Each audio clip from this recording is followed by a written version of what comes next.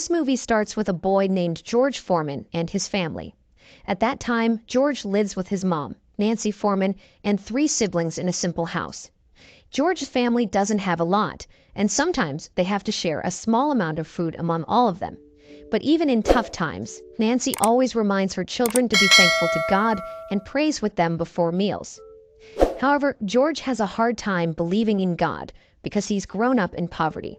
His friends and teachers make fun of him for being poor, even though he's a smart student. The next day, George gets so tired of being teased that he fights with his school friends and decides to stop going to school. 7 years later, when George was 18 years old, he had to resort to stealing for money because he didn't have a high school diploma.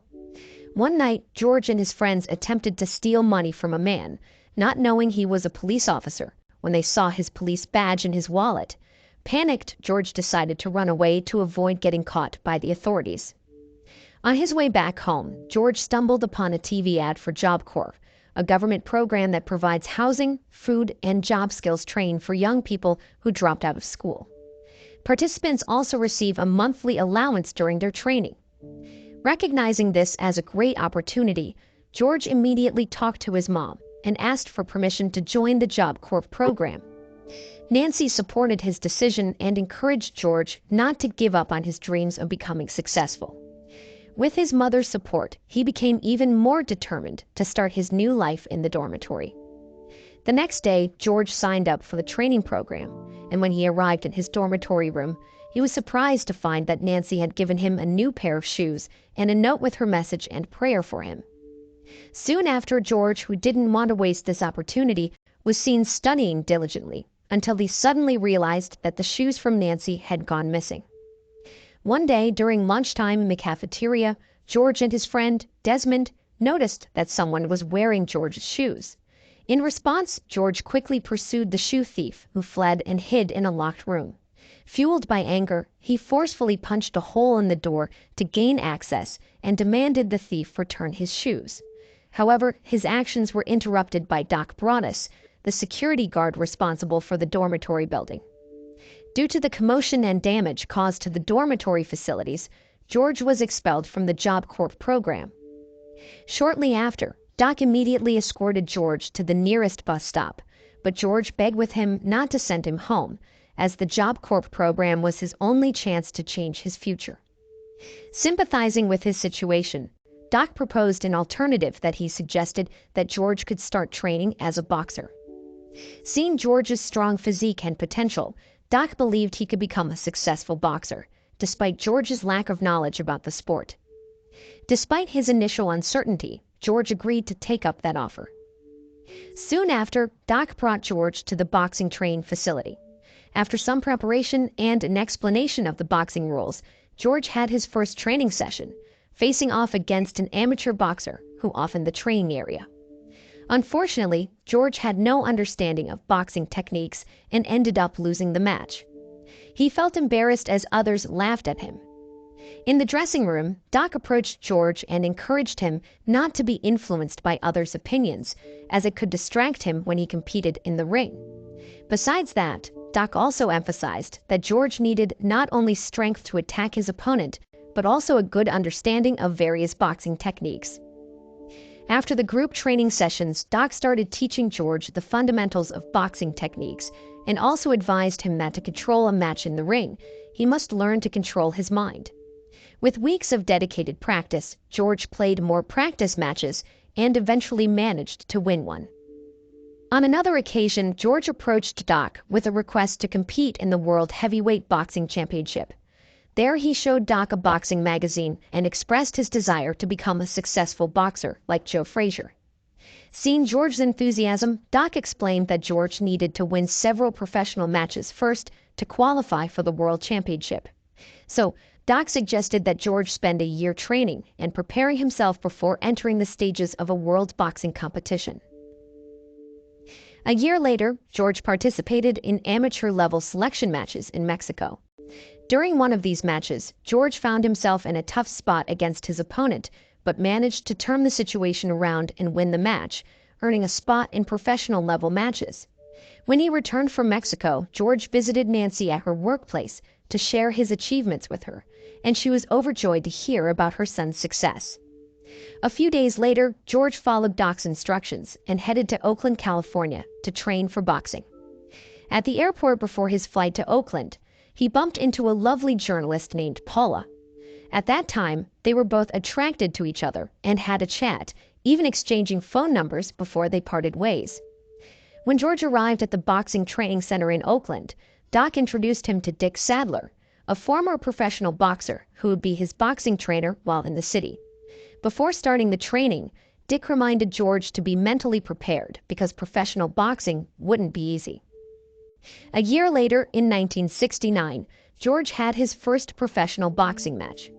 His relationship with Paula grew more serious, and they eventually decided to get married. After marrying her, George's career as a professional boxer soared, especially since he remained undefeated in the ring. During his 4-year professional career in 1973, George finally had the chance to compete in the World Heavyweight Boxing Championship. Despite being considered a newcomer, he boldly challenged his boxing idol, Joe. In a match held in Jamaica, George managed to defeat Joe and take the championship title that Joe had held for a long time. To celebrate his big win, George threw a party where he reconnected with his old friend Desmond, whom he had known during their time at Job Corps. Desmond was proud to see George become a successful boxer, and George asked him to be his personal assistant and manage his finances. Hearing that, Desmond gladly accepted the offer without any hesitation. One day after George had just finished showering, he saw a TV interview with a heavyweight boxer named Muhammad Ali. There Ali commented on George's boxing skills and even challenged him to a match. George felt motivated by this challenge and was determined to defeat Ali. In the afternoon, George organized a simple event to celebrate his little daughter's birthday, inviting his mother and siblings. Everyone was joyful, enjoying the delicious food Paula had prepared. Unlike in the past, George's family no longer had to worry about food shortages. However, amidst the happiness, Paula looked sad. She felt that George no longer loved her now that he was successful and wealthy.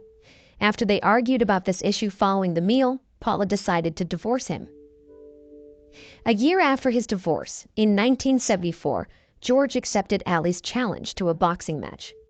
When the night of the match arrived, many people were excited to watch the showdown between these two world-famous boxers. At that time, George was determined to win, and he kept attacking Ali throughout the fight. However, by the 8th round, George began to lose his energy, allowing Ali to seize the opportunity to strike back. Ali's powerful punch knocked George down, and he was declared the winner. There, George couldn't believe that he had lost for the first time after winning 40 consecutive matches. 6 months later, George wanted to regain his reputation by challenging 5 opponents all at once in the same ring. Ali was there to watch the match and observe George in action. Unfortunately, even though George managed to defeat his 5 opponents, the crowd cheered for Ali, which annoyed George. Then, he challenged Ali to a match, but Ali casually declined. After the match, in the locker room, Doc, who saw George's frustration with the crowd's reaction, tried to comfort him. Shortly after that, George received a letter informing him that his younger sister, who was giving birth, was in critical condition. After reading the letter, George rushed to the hospital where his only younger sister was receiving treatment. There, Nancy told him that only a miracle could save his younger sister. This was the first time George prayed to God. Throughout the night, he asked for his younger sister's recovery, even offering his own life in exchange for hers. In the morning, Nancy gave George the news that his little sister and her baby were safe. At that moment, George couldn't believe that God had truly answered his prayers the night before. 3 years later, George had a match against a heavyweight boxer named Jimmy Young. Unfortunately, because he couldn't stop thinking about his previous defeat against Ali, George couldn't focus on the match and ended up losing again. After the match, George was in the locker room, feeling frustrated about his defeat. Suddenly, he heard a mysterious voice calling his name repeatedly, and he started acting strangely before passing out. When he woke up, George felt like he had been given a fresh start. He began chanting the name of God and splashing water on himself. Since that incident, George became more religious and regularly attended church. He eventually made the decision to retire from the world of boxing. Doc, his trainer, was disappointed because he believed George still had a bright future in boxing. However, he respected George's decision and chose to move on. As time went by, George began preaching on the roadside, and a woman named Mary Joan Martelli watched him secretly. After he finished preaching, George got to know Mary. 7 years later, George, who was now married to Mary and had 2 children, became a pastor and built a church. One morning, while watching the news on TV, George saw a report about 2 teenage boys getting caught by the police for stealing. It reminded him of his own troubled past, so he decided to open a boxing training center to help street children. Without much delay, George, along with Desmond, checked out a building, bought it, and started gathering equipment and everything needed for the boxing training center. After running smoothly for several months, the electricity in the building suddenly went out. When George asked the relevant parties, he was shocked to learn that he had never paid the electricity bill. Sensing something was weird, George hurried to the bank to check his financial statements. The bank officer explained that all of his money in the bank had been used up, and he even had a considerable amount of debt. George found this hard to believe. In frustration, he confronted Desmond, who was drunk at a bar, asking for money. There, Desmond apologized and then revealed that all of George's money had disappeared due to a fraudulent investment. George fell silent upon hearing this news.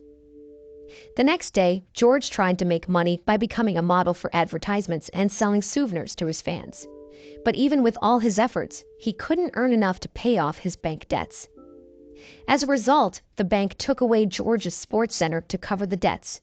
This made him really sad, especially because he couldn't help the street kids who couldn't train at his boxing center. He was determined to rebuild it. Soon after, George talked to Doc about his financial problems and asked if Doc would train him again. Doc, seeing how serious George was, agreed to help him. But before they started boxing training, Doc asked George to lose some weight to get in better shape. So he began a diet and exercise program, with Mary supporting him by helping control his daily food intake. After several months, George, having successfully lost weight, began sparing training. Due to his age, his stamina had decreased, and he faced some losses against his opponents.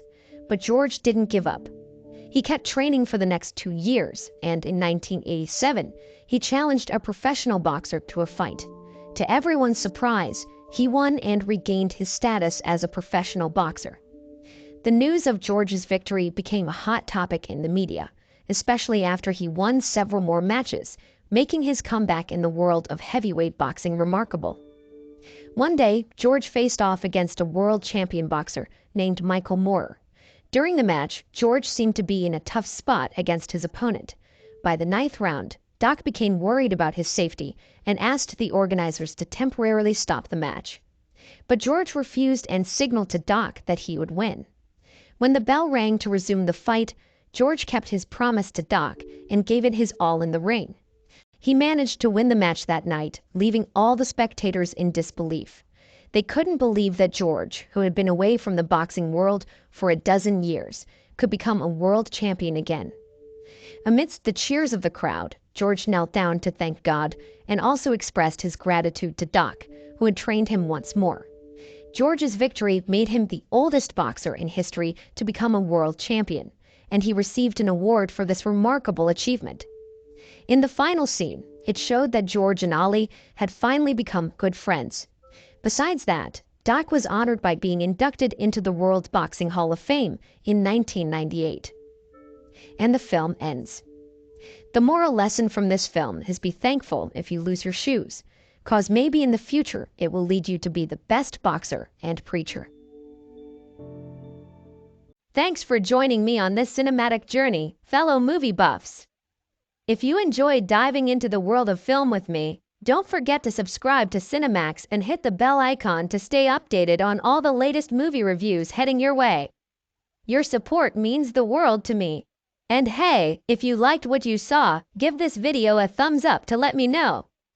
I'm always looking to improve and bring you the best content possible, so feel free to drop a comment below with any suggestions or ideas you'd like to see on the channel.